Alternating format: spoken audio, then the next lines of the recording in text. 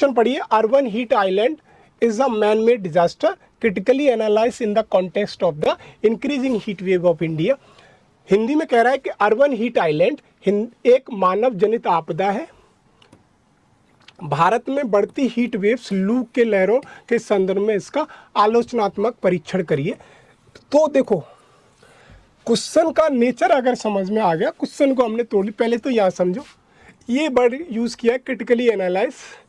पहले तो ये वर्ड समझ में आना चाहिए कि क्रिटिकली एनालाइज का मतलब क्या होता है, कि हमें पहले बताना है कि yes this is a man made disaster, और दोबारा से हमें नीचे बता देना है कि ये मैन मेड डिजास्टर क्यों नहीं है, फिर हमें वे फॉरवर्ड बढ़ा के कंक्लूजन कर देना है। तो इसमें हमें पहले तोड़ना है कि अर्बन हीट आइलैंड क्या होता है, what is urban heat island, definition इसकी आती है। Why is urban heat island man made disaster कैसे है, how is urban heat island is a man made disaster. और ये कह रहा है कि in the context of increasing heat waves, heat waves के कॉन्टेक्स्ट में हीट वेव जो बढ़ रही है, जो अर्बन हीट आइलैंड का काम कर रही है। हमने कहा कि हीट वेव की वजह से अर्बन हीट आइलैंड का जो कॉन्सेप्ट क्रिएट हो रहा है, उसकी वजह से क्या हो रहा है, हीट वेव बढ़ने की वजह से अर्बन हीट आइलैंड का बन रहा है। तो एग्जामिनर आपसे ये पूछना चाहता है, क्या heat waves man made disaster है, उसकी वजह से अर्बन हीट आइलैंड क्रिएट होता है, आपको क्रिटिकली एनालाइज करना है। तो सबसे पहले फॉर स्ट्रक्चर देखिए, स्ट्रक्चर में क्या करेंगे हम, वाइट कलर ले लूं,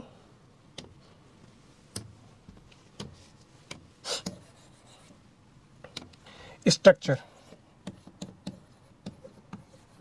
अगर क्वेश्चन समझ में नहीं आया तो आप कुछ भी लिखते रहिए। पहला तो स्ट्रक्चर में देखो, सीधा सा हमें लिखना है इंट्रो में,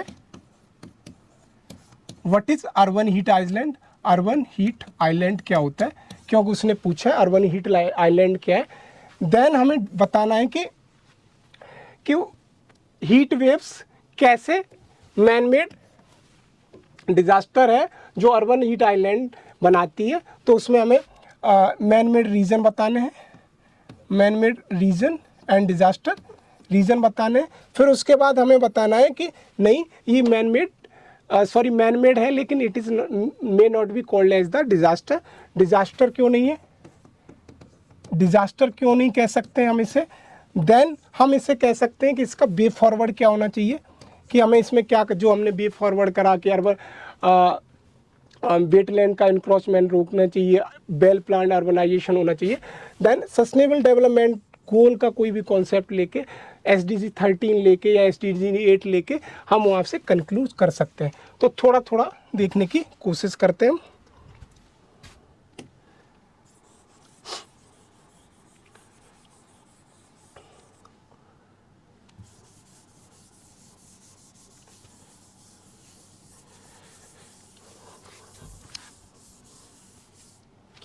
यहाँ से इंट्रो देखो, इंट्रो में हमें क्या लिखना है,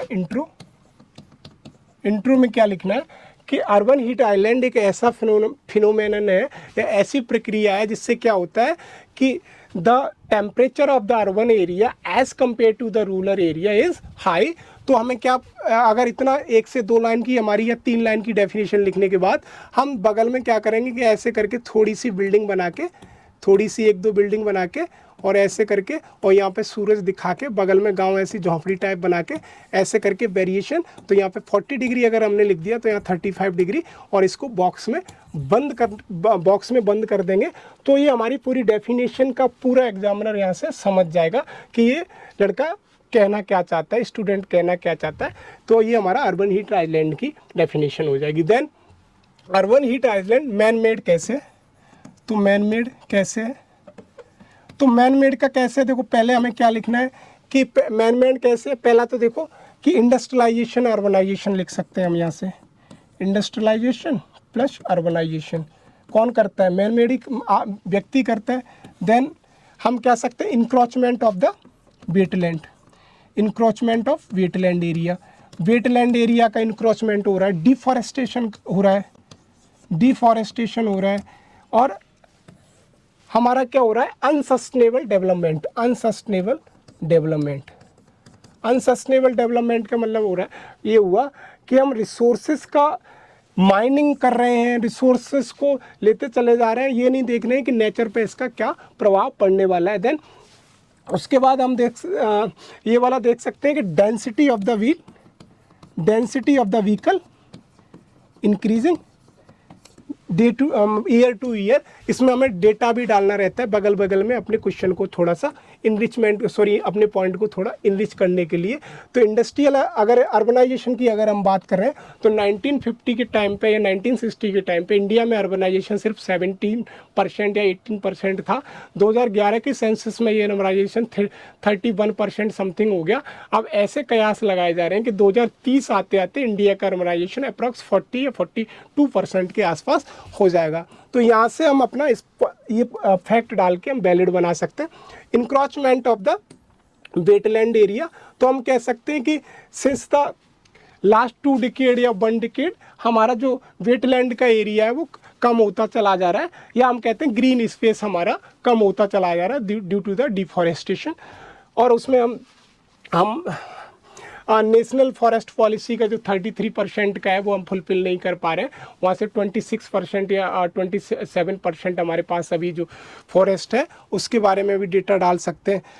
फिर हम डाल सकते हैं डेंसिटी ऑफ द व्हीकल बढ़ती चली जा रही है। डेंसिटी ऑफ द व्हीकल बढ़ने से क्या होगा कि हमारा टेम्परेचर राइज होगा, एनर्जी का कंजप्शन बढ़ेगा, तो उससे हीट वेव को भी बढ़ावा मिलेगा। तो यहाँ से हम डाल सकते हैं कि as per the transport ministry का जो मैंने डाटा लिया उसने कहा है कि हर पर ईयर में क्या होता है 18 से 12 या 13% के आसपास पर ईयर व्हीकल की डिमांड इंडिया में बढ़ती चली जा रही है, कि वाहनों की डिमांड 8 से 12 या 13% के आसपास 8 to 13 या 12 के आसपास per year the demand of the vehicle in increasing in India as per the transport ministry. तो यहाँ से हमारे ये 4 या 5 पॉइंट, इससे और ज़्यादा पॉइंट भी हम निकाल सकते हैं, लेकिन ये 5-6 पॉइंट बहुत है। उसके बाद ये हमारा हो गया कि मैन मेड कैसे है। देन हम उस किस पे आएंगे कि ये अब मैन मेड है कैसे नहीं।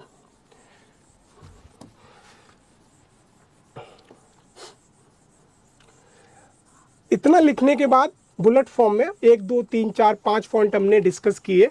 उसके बाद हम एक लाइन लिखेंगे, उसके बाद लिखेंगे although heat wave is a severe condition for the India but it shall not be consider as a disaster.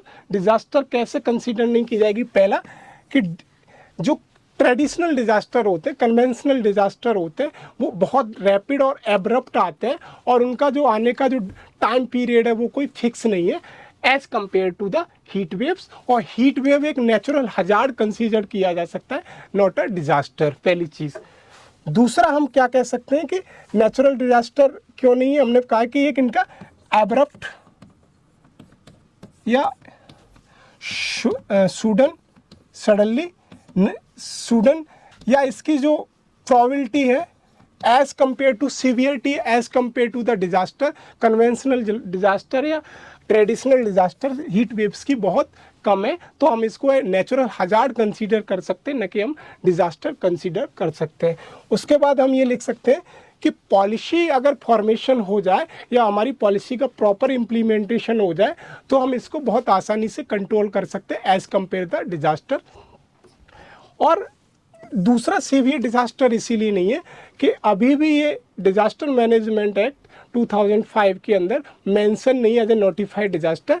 सो हम इसे सीवियर डिज़ास्टर या डिज़ास्टर की कैटेगरी में नहीं डाल सकते हैं। किसको? हीट वेव्स को। तो heat wave shall be considered as a natural hazard not a disaster. तो यहाँ से हमारे 3 से 4 पॉइंट अगर ये हो जाते हैं तो हमारा पहले हमने कह दिया कि मैन मेड डिज़ास्टर कैसे है, देन हमने बता दिया कि नहीं ये डिज़ास्टर नहीं है बट हम इसको एक सीवियर नेचुरल हजार्ड कंसीडर कर सकते हैं but not a disaster.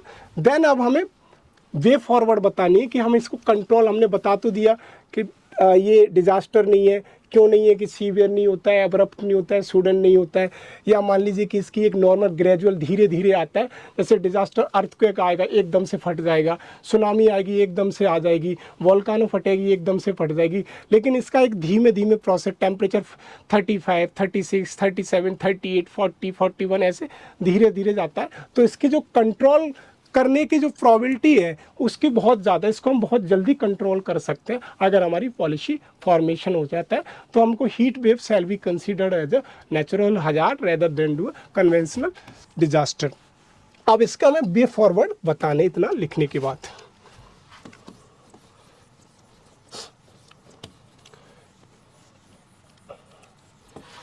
Way forward में देखो मैन मेड है तो सिर्फ मैन मेड का way forward, need of the hour या वे फॉरवर्ड क्या होना चाहिए हमको, वे फॉरवर्ड